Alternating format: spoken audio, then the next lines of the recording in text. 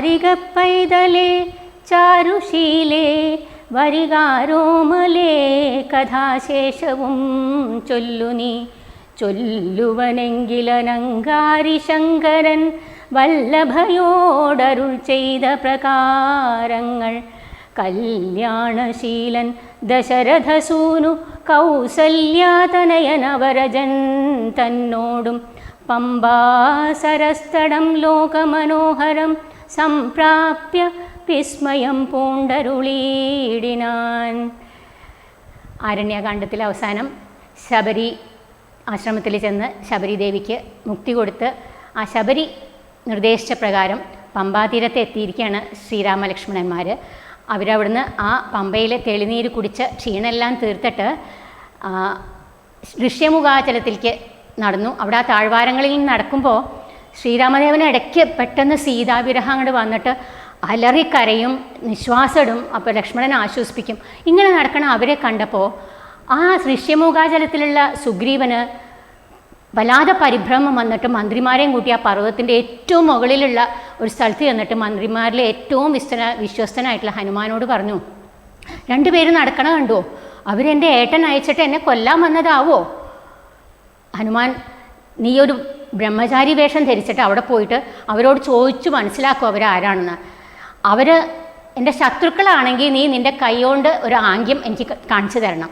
അല്ല, നമ്മുടെ മിത്രങ്ങളാണെങ്കിൽ നിൻ്റെ മുഖത്ത് ആ പുഞ്ചിരിയും മന്ദഹാസവും കൊണ്ട് എനിക്ക് മനസ്സിലാക്കി തരണം എന്ന് കേട്ട പാടെ പ്രഭുവിൻ്റെ ആജ്ഞ അനുസരിക്കാനായിട്ട് ഹനുമാൻ ഒരു ബ്രഹ്മചാരി വേഷം ധരിച്ച് ശ്രീരാമലക്ഷ്മണന്മാരുടെ അടുത്ത് ചെന്ന് തൊഴുതു നിന്നുകൊണ്ട് ചോദിച്ചു, നിങ്ങൾ ആരാണാവോ? ആ മുഖപ്രസാദം കണ്ട സൂര്യചന്ദ്രന്മാരാണോ, അശ്വനി ദേവന്മാരാണോ, പ്രധാന പുരുഷന്മാരാണോ, അതോ മുക്തി തരാമെന്നുള്ള നരനാരായണന്മാരാണോ എന്ന് തോന്നുകയാണ്. ആരാണെന്നൊന്ന് പറഞ്ഞാലെന്ന് ശ്രീരാമദേവൻ ചിരിച്ചുകൊണ്ട് പറഞ്ഞു, ഞാൻ ദശരഥ മഹാരാജാവിൻ്റെ പുത്രനായിട്ടുള്ള ശ്രീരാമനാണ്. ഇത് എൻ്റെ അനിയൻ ലക്ഷ്മണനും.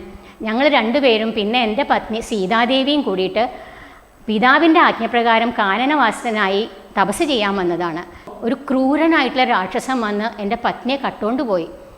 ആ സീതാദേവിയെ അന്വേഷിച്ച് ഇറങ്ങിയതാണ്, എവിടെയും കണ്ടു കിട്ടിയില്ല. അപ്പോൾ അത് നിങ്ങളെ കണ്ടു, നിങ്ങൾ ആരാണെന്നൊന്ന് പറയുമോ എന്ന് ശ്രീരാമദേവൻ ചോദിച്ചപ്പോൾ ഹനുമാൻ സന്തോഷമായിട്ട് പറഞ്ഞു, ഞാൻ വാനരരാജനായിട്ടുള്ള സുഗ്രീവൻ്റെ മന്ത്രിയാണ്. ഞങ്ങൾ 4 മന്ത്രിമാരും കൂടി സുഗ്രീവനും കൂടി ഇവിടെ ഋഷ്യമുഖാചലത്തിലാണ് താമസിക്കുന്നത്.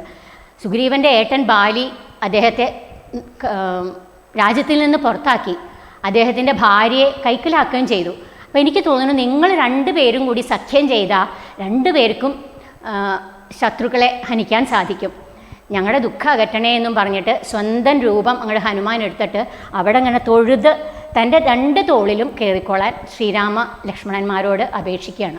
ശ്രീരാമലക്ഷ്മണന്മാരെ കഴുത്തിലാം മാറങ്ങെടുത്തു നടന്നിതു മാരുതി സുഗ്രീവ സന്നിധൗ കൊണ്ടു ചെന്നിടിനാൻ വ്യഗ്രം കളകനീ ഭാസ്കരനന്ദന.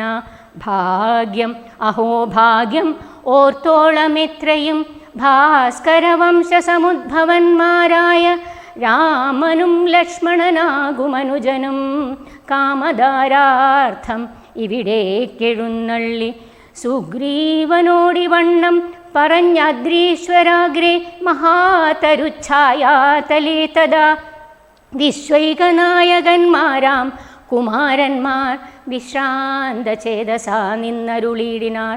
വാദാത്മജൻ പരമാനന്ദം ഉൾക്കൊണ്ടു നീതിയോടർക്കാത്മജനോട് ചൊല്ലിനാൻ, ഭീതി കളകനീ മിത്രഗോത്രേ വന്നു ജാതന്മാരായൊരു രോഗേശ്വരന്മാരി ശ്രീരാമലക്ഷ്മണന്മാരെഴുന്നള്ളിയത് ആരെയും പേടിക്ക വേണ്ട ഭവാനിനി.